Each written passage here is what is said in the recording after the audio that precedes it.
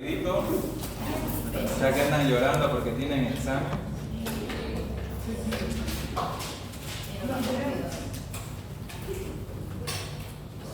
Qué maravillosa pizarra.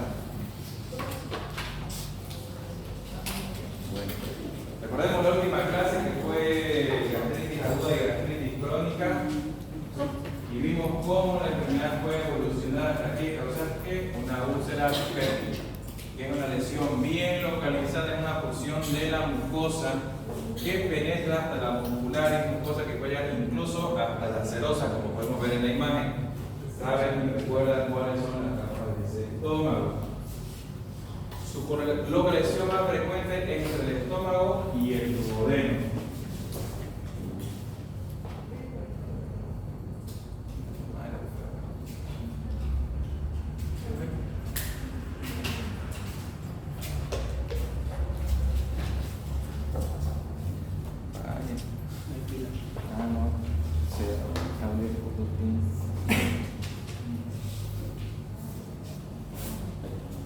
Se desarrollan con mayor frecuencia en la unión del cuerpo con el antro del estómago y la unión gastro-duodenal. Las lesiones menores a 5 milímetros de diámetro se llaman erosiones y mayores a 5 son ya denominadas úlceras. ¿Cómo ustedes creen que vamos a llegar a diferenciar ese tamaño? Endoscopía. Tengo el video de endoscopía para mostrarles. Al fin.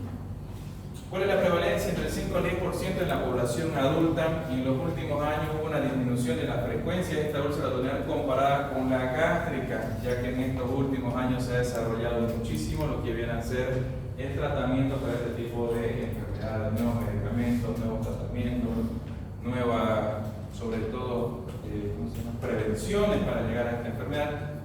La úlcera gástrica es más frecuente entre los 50 a 80 años de edad y la úlcera duodenal entre los 30 a 70 años de edad. ¿Cuál va a ser la causa más común o más frecuente de esta enfermedad?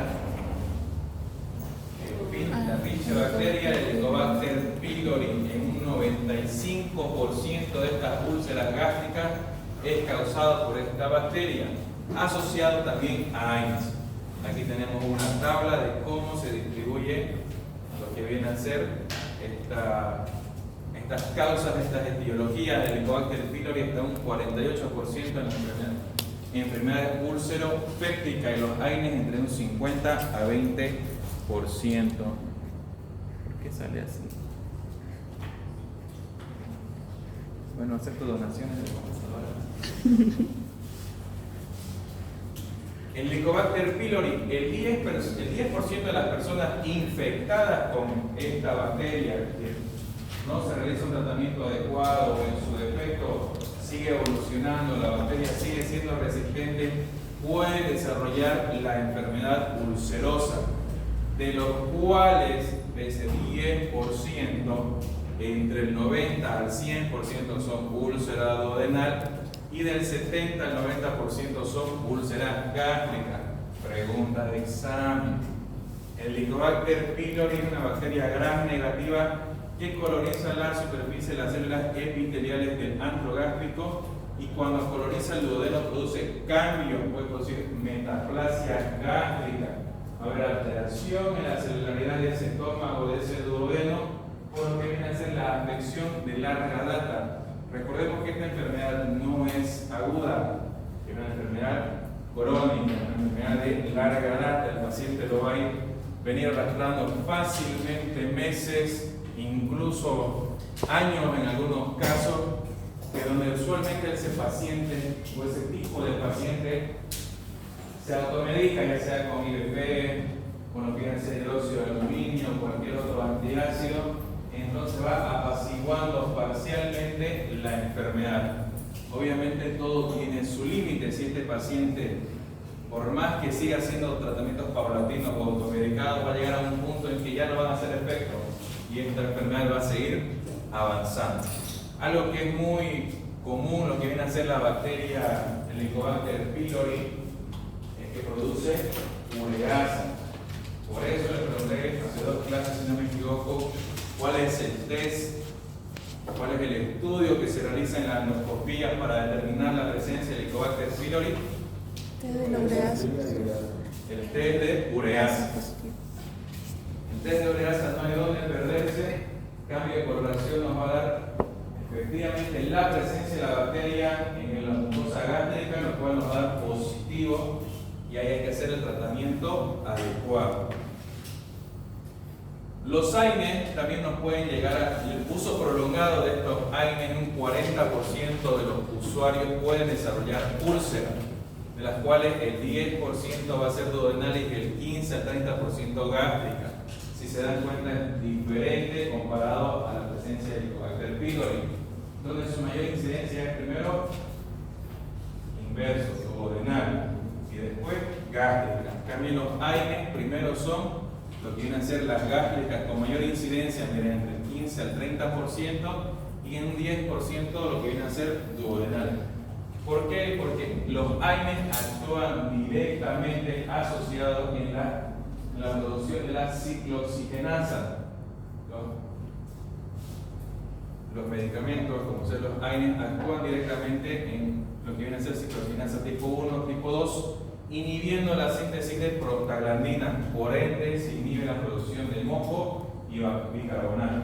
Si no hay moco y bicarbonato, ¿qué sucede? Lo hablamos en la anterior clase. No hay barrera protectora.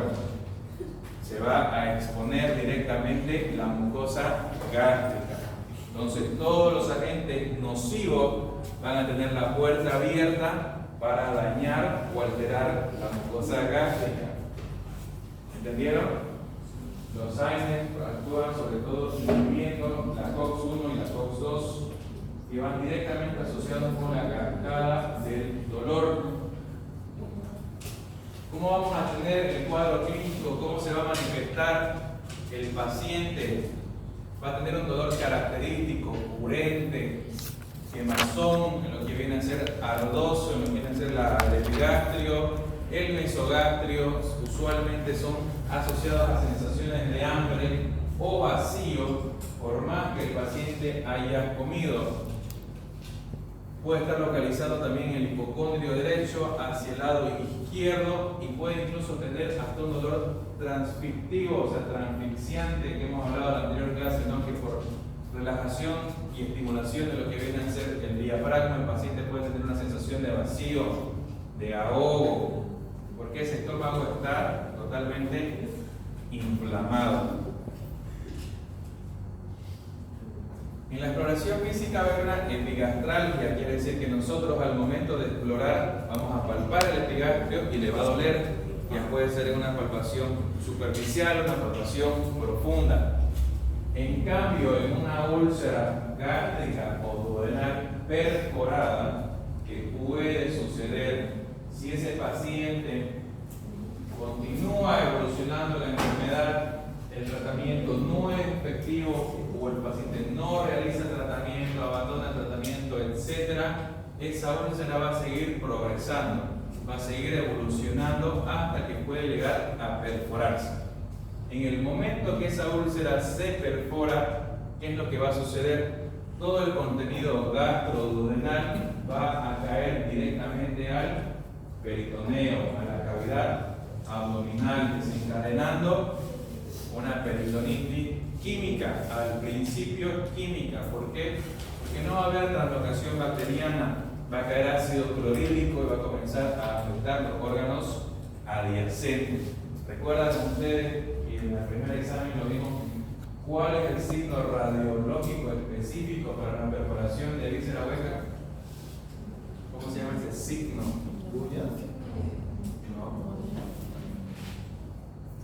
Aire subdiafragmático del lado derecho. ¿Cómo se llama? El signo de Popper. En esta presentación de la úlcera gástrica perforada, en un 100% fidedigno, va a haber ese signo de Popper en la radiografía.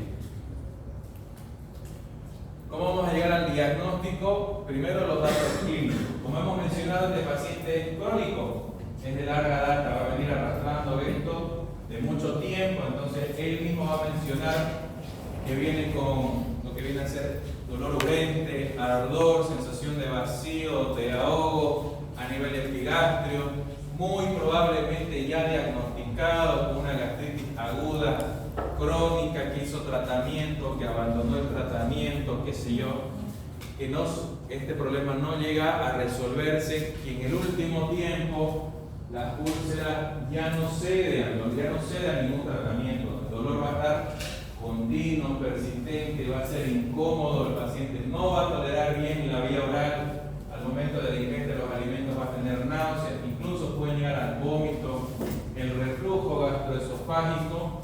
Entonces nosotros ya nos vamos orientando en que ese paciente ya está algo complicado, ya viene arrastrando esta enfermedad de mucho tiempo y puede que esté evolucionando a una úlcera. ¿Cuál va a ser el estudio, el gol estándar del diagnóstico? Va a ser la endoscopía.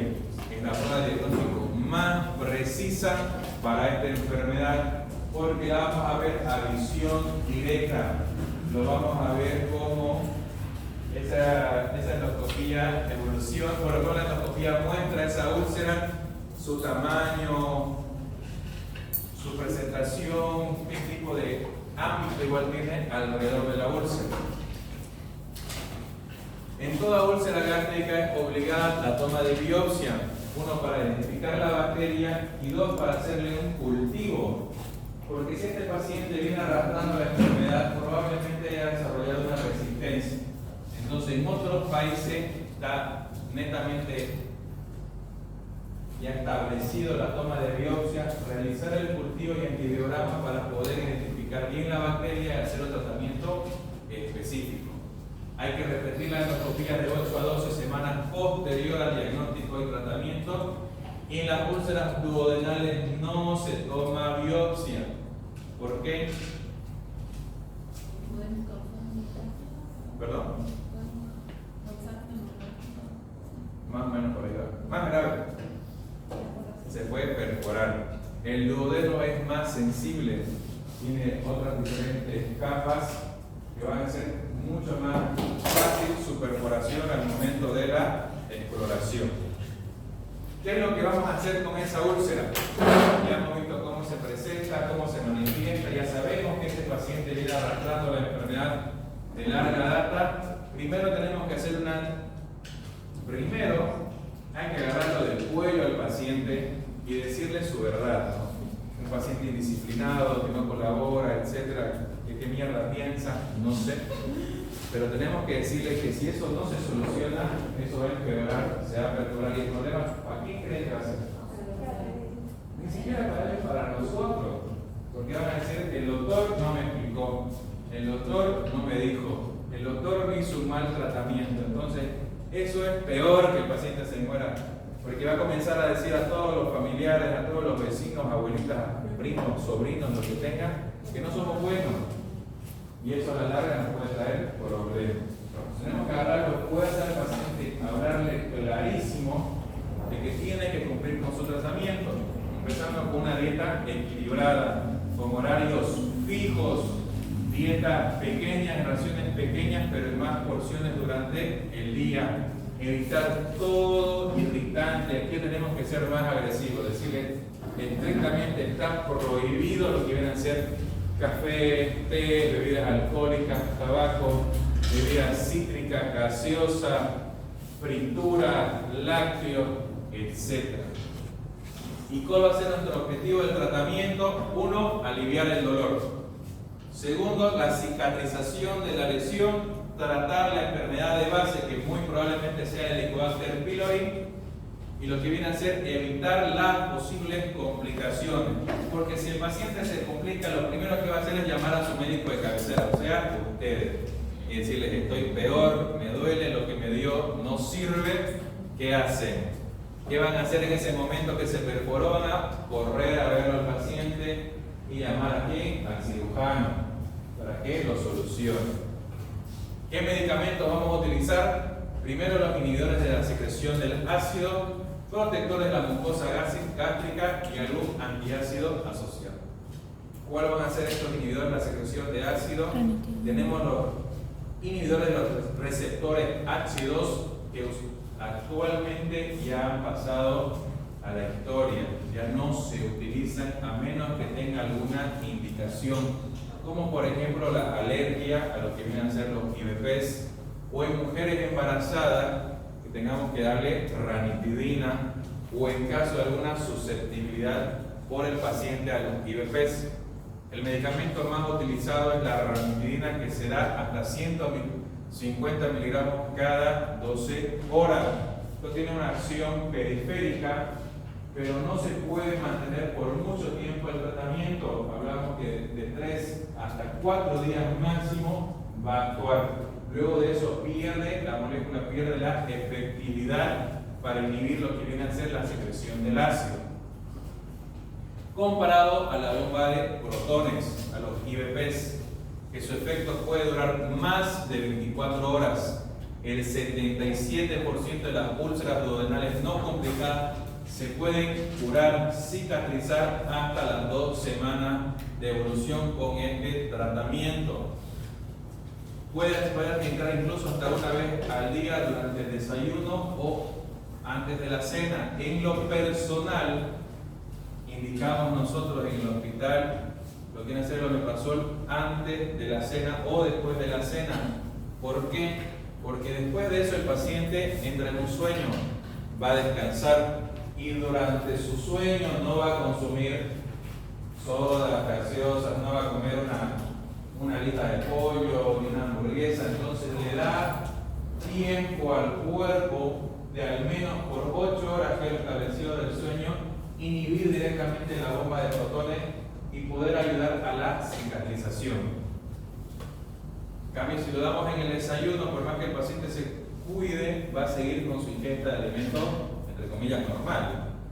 Los más comunes son el omeprazol de 20 miligramos, que se da una vez al día, vía oral de 20 y 40 miligramos, lo que viene a ser endovenoso. Tenemos el lasoprazol, el esomeprazol, que ya les mencioné, que según la literatura actúan, el principio activo es exactamente el mismo. Todos actúan inhibiendo la bomba de protones. Solo hay algunos que, por ejemplo, el esomeprazol tiene una liberación más prolongada, que se va liberando, si no me equivoco, hasta las 6 horas después de la toma del medicamento. Entonces en ese tiempo va a ir liberando su molécula de a poco. En cambio el omeprazol se libera de forma inmediata. Ambos van a cumplir exactamente la misma función. ¿Qué protectores de la mucosa gástrica vamos a utilizar? El bendecido sucralfato, ya que se adhiere a la superficie de la mucosa ulcerada formando una base protectora, forma una película de protección para que esa úlcera pueda cicatrizar de forma adecuada. Puede incluso estimular la secreción de moco, tiene efectos adversos como viene a ser la constipación, sobre todo en el uso prolongado, y hay que tener muy en cuenta en caso de los pacientes con insuficiencia renal, porque puede alterar lo que viene a ser su función. Y en casos ya más, entre comillas, avanzados o asociados, como está en la terapia cuádruple de la gastritis por el Helicobacter pylori, utilizamos lo que viene a ser el subsalicilato de bismuto o bismuto, que también forma una capa protectora sobre la úlcera contra el ácido y además la protege de la pepsina, así como las sales biliares. Recordemos que los pacientes que cursen una gastritis crónica, sobre todo, son muy propensos al reflujo duodeno gástrico, o sea que todo lo que está en el duodeno puede regurgitar, puede retroceder hasta el estómago. ¿Qué se descarga en el duodeno? Jugos pancreáticos, sales biliares, bilis como tal. Entonces eso puede actuar directamente en contra de la úlcera. Y el bismuto, aparte de proteger lo que viene a ser la mucosa, va a proteger también en contra de esas sales biliares que pueden actuar de forma nociva ante el estómago, cosa que el sucralfato carece. ¿Y cómo vamos a saber o sospechar que ese paciente puede tener ese reflujo duodenal hacia el estómago? ¿Cómo creen? ¿Cómo sospechamos nosotros? Sospecho, porque hay una forma de diagnosticarlo. El paciente mismo lo va a referir: doctor, siento que a veces cuando eructo o como mucho tengo un reflujo y el reflujo es amargo, a veces logro escupirlo o vomitar y sale como virus. Entonces ahí clarísimo el paciente nos lo va a referir. Y en el momento de hacer la endoscopía digestiva alta, que llega hasta el duodeno, va a mencionar ahí reflujo del duodeno hacia el estómago. Entonces, ahí de esa forma directa y con la alta sensibilidad de la endoscopía vamos a saber que ese paciente tiene ese reflujo y por ende directamente vamos a utilizar lo que viene a ser el bismuto. Se puede administrar 1 hora antes o después de los alimentos, entre 10 a 15 ml cada 8 horas, como el paciente lo prefiera. ¿Para cuál va a ser esas complicaciones de esa úlcera? Primero tenemos la hemorragia. Esa úlcera puede sangrar, sí. Ese sangrado, esa hemorragia se va a acumular en el estómago y va a buscar por dónde salir y el paciente literalmente va a vomitar sangre. Esto se denomina hematemesis. Y ahorita vamos a ver cómo se clasifican esas hemorragias. La perforación gástrica, que lo van a ver mejor cuando les pase la diapositiva, aquí se puede ver que un punto, literalmente un hueco en el estómago. Ya hemos mencionado que todo el contenido gástrico va a caer a la cavidad abdominal, generando una reacción peritoneal, una peritonía. Este es un proceso mecánico y la solución única y definitiva de ese problema es la cirugía. Y si el paciente no se perfora, no tiene hemorragia, recordemos que mencionamos el cambio de celularidad. Puede haber una metaplasia duodenal, una metaplasia gástrica. Y toda metaplasia es objetivo de cáncer. Entonces, a la larga, el paciente puede desarrollar un carcinoma gástrico, un carcinoma duodenal, que se va a manifestar sobre todo por la estenosis del órgano afectado, y eso a la larga va a llevar al signo muy característico de los cánceres, que es la pérdida de peso. El paciente, por más que se alimente, va a comenzar a perder peso de una forma rápida y agresiva. Esta es la clasificación de Johnson para la úlcera gástrica perforada, que seguramente se les voy a preguntar en el examen, que se clasifica de 1 a 5, donde tenemos el grado 1, primaria a nivel de la, como podemos ver en la imagen, a nivel de la curvatura menor. Grado 2 puede ser una úlcera gástrica y duodenal. 3, que es la más común, que es la prepilórica cerca al píloro. 4, la yucta esofágica, que está prácticamente en la unión esófago-gástrica. Y la 5, que está relacionado directamente a los AINES, que puede actuar en cualquier parte del estómago. De esta forma nosotros podemos identificar el sitio de la lesión cuando esta enfermedad ocurra. Y ese es el tratamiento de la úlcera gástrica perforada. Se identifica el sitio de la lesión, se reavivan los bordes, se corta un poquito alrededor para una biopsia y luego se hace una rafia, se lo sutura con puntos totales, o sea, plano completo, suturando lo que viene a ser la perforación con un hilo multifilamento sin memoria absorbible como es el ligril, porque en este caso parece ser por dentro. Y se acabó. Los pólipos gástricos no lo vamos a avanzar. Bueno. Primero se hace una laparotomía exploratoria y se hace una gastrorrafia. Eso no es nada.